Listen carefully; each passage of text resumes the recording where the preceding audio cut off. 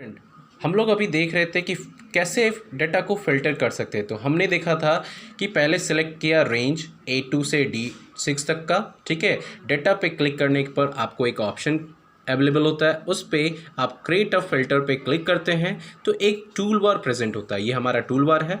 Tool bar पे आपको यहाँ सर्टेन ऑप्शन दिख रहे हैं नेम का, तो आप जिस भी डेटा पे क्लिक करेंगे, यहाँ कार्तिक और प्रतीक पे हमने क्लिक किया। क्लिक करने के बाद वही डेटा आपको फिल्टर होकर के आपके गूगल शीट पे अवेलेबल हो जाएंगे। उसके बाद जैसे ही आप उस पर क्लिक करेंगे, उसके बाद आप ओके बटन प्रेस करेंगे, वही डेटा आपका फिल्टर होकर के आपके गूगल शीट पे दिखेगा। अगर आप चाहते हैं कि हम इसे रिमूव करना चाहते हैं, तो बस आप उस नेम के बगल पे क्लिक करेंगे, आपको वो टिक रिमूव हो जाएगा। ठीक है, इस तरीके से हम अपने डेटा को क्या कर सकते हैं, फिल्टर कर सकते हैं। अब आता है next topic is inserting a chart. कैसे हम अपने स्प्रेडशीट में, ठीक है, गूगल स्प्रेडशीट में कैसे हम लोग चार्ट को इंसर्ट करेंगे। अब जैसे हमने पहले डेटा क्रिएट कर लिया, हमारा डेटा पहले से ऑलरेडी क्रिएट है। हमने रेंज को सिलेक्ट किया, जो भी डेटा बना है उस रेंज सेलेक्ट कर लिया, यानी B2 से लेकर के D6 तक का हमने, जो आपका पहले से क्रिएट है स्प्रेडशीट में, क्लिक किए। उसके बाद आप उस एरिया पे, ठीक है, क्लिक करने के बाद आप इंसर्ट ऑप्शन पे जाएंगे। कहाँ जाएंगे? इंसर्ट ऑप्शन पे जाएंगे, इंसर्ट मेनू पे। उसके बाद वहाँ चार्ट ऑप्शन आएगा।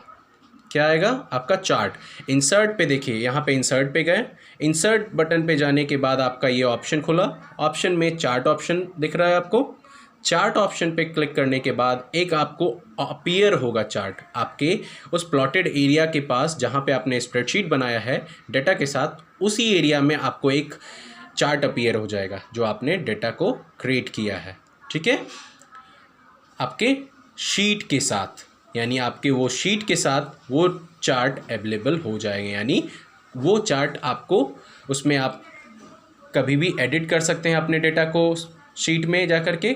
तो जाकर के जैसे ही आप शीट में कोई एडिट करेंगे, तो वो ऑटोमेटिक इस चार्ट में भी वो एडिट हो जाएगा, ठीक है। तो ये आपका जो चार्ट अवेलेबल होता है वो कॉलम चार्ट होता है। क्या होता है? Column chart. कॉलम चार्ट आपको स्प्रेडशीट जो गूगल की तरफ से प्रोवाइड की जाती है वो बाय डिफ़ॉल्ट रहता है, ठीक है।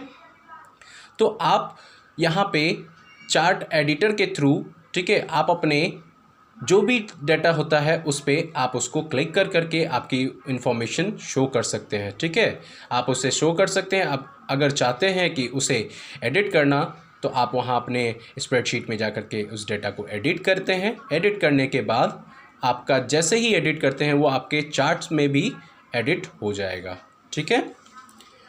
नेक्स्ट है आपका यूजिंग फंक्शन। कैसे हम लोग अपने स्प्रेडशीट में फंक्शन को इस्तेमाल करते हैं, ठीक है। तो फंक्शन क्यों इस्तेमाल की जाती है हमें स्प्रेडशीट में? अब जैसे हमें टोटल मार्क्स जोड़ना है हर एक स्टूडेंट का, ठीक है। हमने डेटा फीड किया है स्टूडेंट का, आप देख रहे होंगे कि हमने एक डेटा फीड किया है स्टूडेंट का। अब इस एक स्टूडेंट का हमको मार्क्स टोटल करना है। तो टोटल करने के लिए हमने पहले डेटा को फीड कर लिया, ठीक है। पहले न्यू फील्ड पे क्रिएट किया, उसके बाद टोटल करने के बाद E2 पे, ठीक है, टोटल करना है हमें। तो E2 पे जाकर के करने के बाद आप वहाँ कर सकते हैं। E2 तक लास्ट हमारा डेटा हो गया। उसके बाद आप E3, जहाँ पे भी आपको वो टोटल करना है एक स्टूडेंट का, ठीक है, E3 पे जाके क्लिक करते हैं। ओके, E3 पे क्लिक करते हैं। E3 पे क्लिक करने के बाद आप वहाँ पे क्लिक करेंगे इंसर्ट बटन पे, ठीक है। आप देख रहे हैं इंसर्ट बटन। इंसर्ट बटन पे आपको ऑप्शन अवेलेबल होंगे।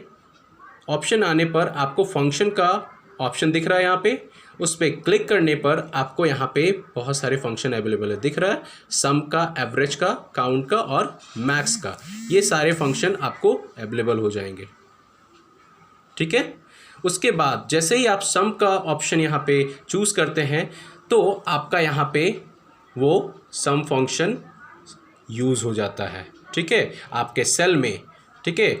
आपका सेल जो भी रेंज को वो सम करेगा, वहाँ पे वो परफॉर्म कर देगा उस सेल में जा कर के, ठीक है। E3 में हमने सम फंक्शन का इस्तेमाल किया और सम फंक्शन का इस्तेमाल करके रेंज ऑफ सेल का इस्तेमाल करते हुए हमने इंटर प्रेस किया। तो यहाँ पे आप देख रहे हैं कि कैसे फंक्शन का इस्तेमाल हुआ, फंक्शन का इस्तेमाल हुआ, उसके बाद सेल रेंज इस्तेमाल हुआ और इंटर प्रेस करते हैं तो वो हमारा फंक्शन यूज़ हो जाता है सम का। तो इस तरीके से आपने एक स्टूडेंट का मार्क्स को टोटल किया, ठीक है, with the help of function, with the use of function. आप फंक्शन के इस्तेमाल से आप स्टूडेंट का टोटल कर पाते हैं। तो ऐसे बहुत सारे फंक्शन आपको अवेलेबल होते हैं आपके स्प्रेडशीट में। So next topic is Google sheet को शेयर कैसे करते हैं, how to share a Google sheet.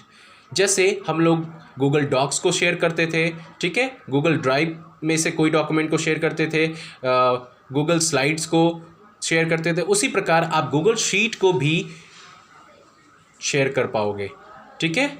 जैसे हम लोग वो सारे एप्लीकेशन के थ्रू अपने डेटा को, इंफॉर्मेशन को, डॉक्यूमेंट को शेयर कर पाते थे, उसी तरीके से आप गूगल शीट को भी किसी को भी आप एट अ टाइम शेयर कर सकते हैं, ठीक है। So now your chapter will be completed, okay. The next chapter in the next video. Thank you.